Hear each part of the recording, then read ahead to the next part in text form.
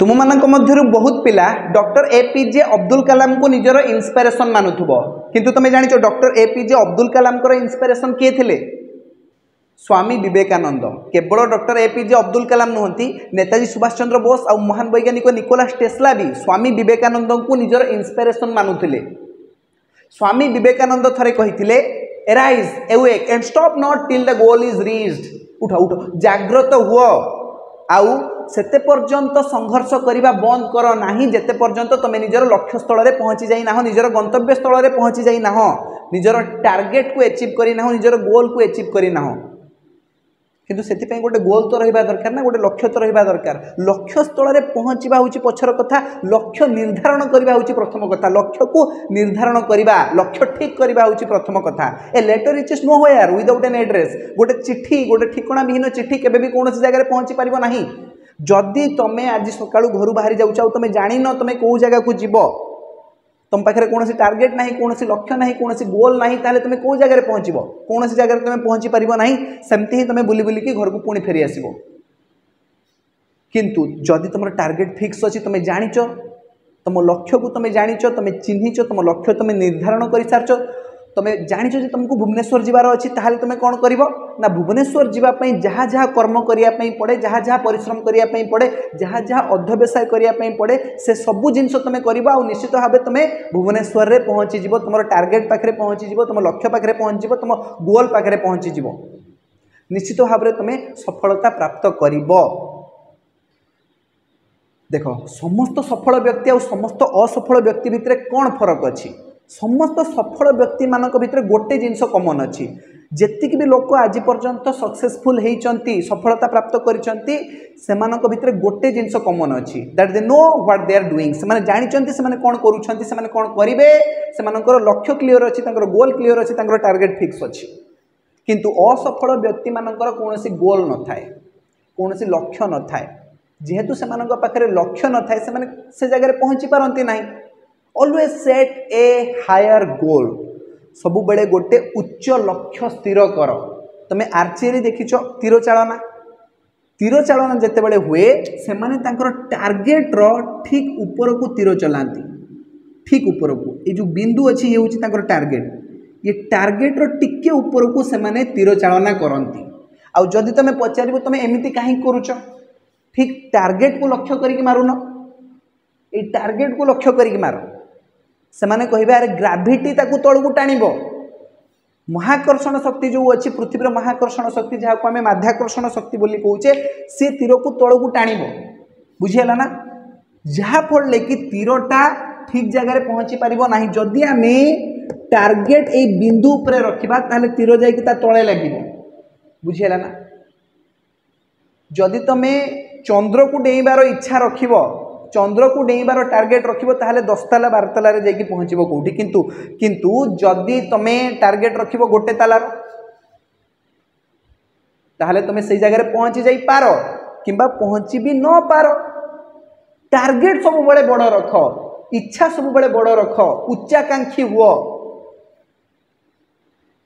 जदि तुम चंद्र को डिया मारिबार गोटे प्लान रखिच गोटे योजना रखिच गोटे टार्गेट रखिच ताहले तुम 10 ताला 12 ताला रे जाइकी कोठी पड़िबो।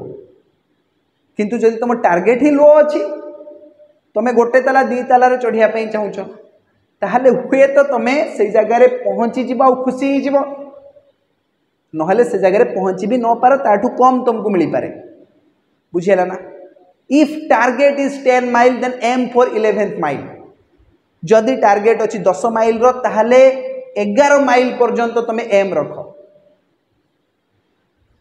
तुम जानिच लोक मैंने कहीं असफल होकर रही जाती जीवन में एथिपाई नुहे जे से निज जीवन में बड़ बड़ टार्गेट को फिक्स करके पाती ना एथिपाई से असफल होकर रही जाती कहीं से बहुत छोट छोट टार्गेट फिक्स करती आउ प्राप्त करनी आठी से खुशी ही जाती जे जाओ मु सक्सेसफुल हो गली टार्गेट ही बहुत लो थिला बहुत छोट थिला मनोवृत्ति ही बहुत छोट थिला से छोट छोट जिनस को पाई खुशी ही होती ना।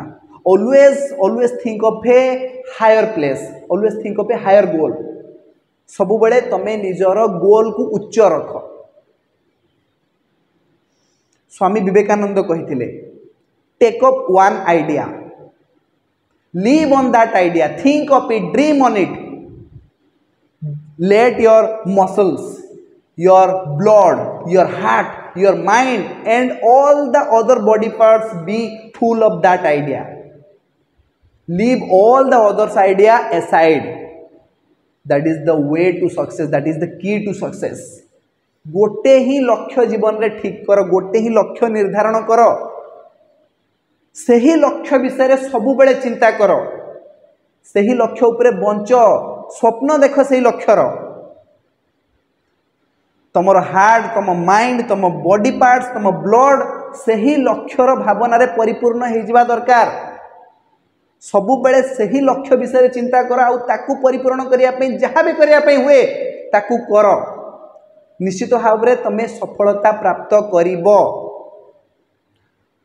Don't choose a goal that takes you nowhere. एमिति गोटे गोल केबे ठीक करा नहीं, एमिति गोटे लक्ष्य ठीक करा नहीं जहाँकि तुमको कौन सी जगह को नब नहीं।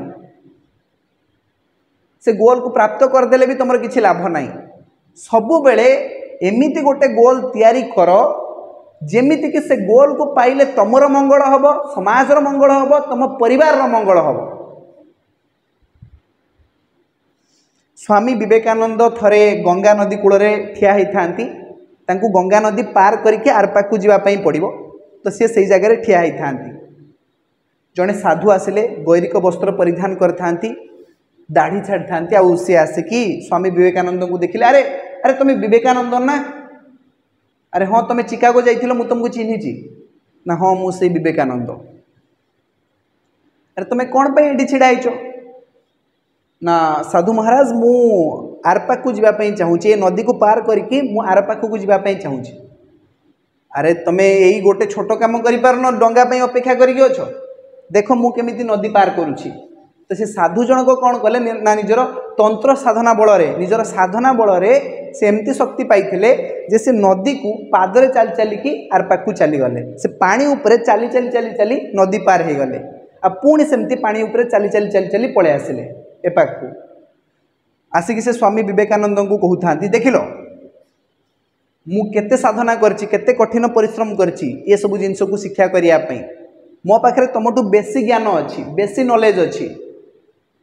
तुम तो एमती काम, तुम एते बड़ ज्ञानी है कि सामान्य नदी को पार करि पारनो, किंतु मते देख मु केते सहज रे नदी को पार कर देली, कहीं ना मु तुमठू बेसी ज्ञानी।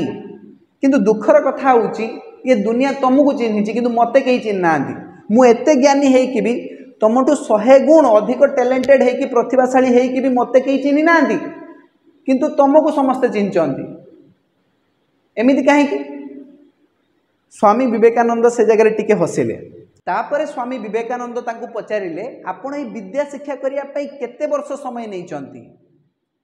साधु जनक उत्तर देले 15 वर्ष। मु मो जीवन रो 15 वर्ष लगे कि ए विद्या को शिक्षा करची।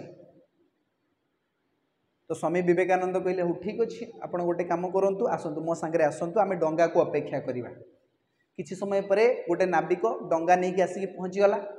स्वामी विवेकानंद आउ से साधु दी जन बसिले डंगारे, आउ डंगारे से माने नदी को पार हो गले।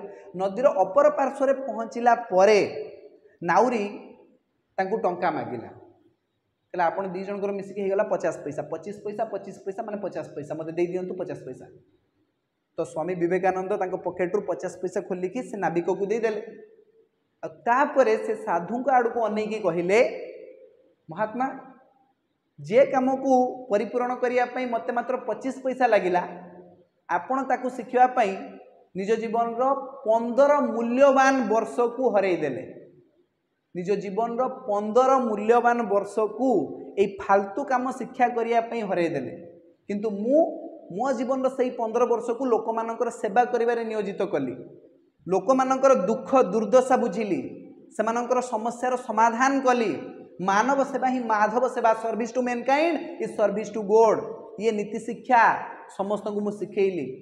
वेदर मूल मंत्र वसुधैव कुटुंबकम ये सारा संसार में जाइए प्रचार कली। से आज ये सारा दुनिया मते चिन्हिची, स्वामी विवेकानंद को चिन्हिची, किंतु आपण को कहीं चिन्ह नांती।